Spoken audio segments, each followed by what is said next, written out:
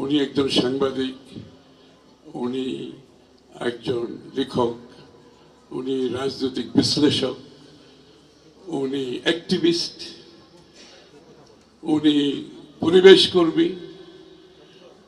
আমার কাছে যেটা সবচেয়ে বেশি গুরুত্বপূর্ণ সেটা হচ্ছে মাহফুজুল্লাহ ভাই ইজ এ কন্টেম্পোরারি হিস্টোরিয়ান।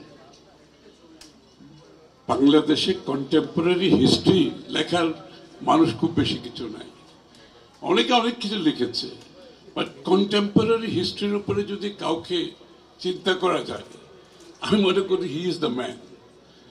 এবং আজকে বিগত বছরগুলোতে ইতিহাস যখন বিকৃত, রাজনীতিবিদরা যখন ইতিহাসবিদ হয়ে উঠেছিল,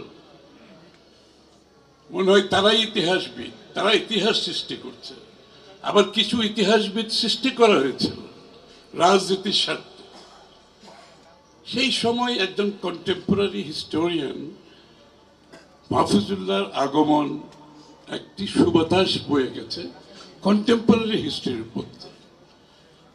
এবং ওনার যে প্রতিটি বিষয়ের যে লেখনী, সে পলিটিক্যাল, আপনার পরিবেশ, এমনকি সংস্কৃতির ক্ষেত্রেও তার একটা বড় ধরনের চিন্তা ছিল।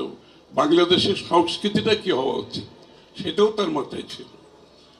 তা আমি যেটা বলছি যে ওনার এই যে অ্যাজ এ কন্টেম্পোরারি হিস্টোরিয়ান, ওনার লেখনীগুলো হিস্ট্রিকে একটা সত্যিকার অর্থে বাংলাদেশের হিস্ট্রি, আগামী দিনের হিস্ট্রি আমরা যখন রিভিজিট করি যে কোনো হিস্ট্রিতে, যে এর কিন্তু অনেকগুলো ইতিহাস, বিকৃতগুলো ইতিহাস প্রপাগান্ডার অংশ হিসাবে আসলে কিন্তু ইতিহাসে টিকে থাকার সুযোগ নেই।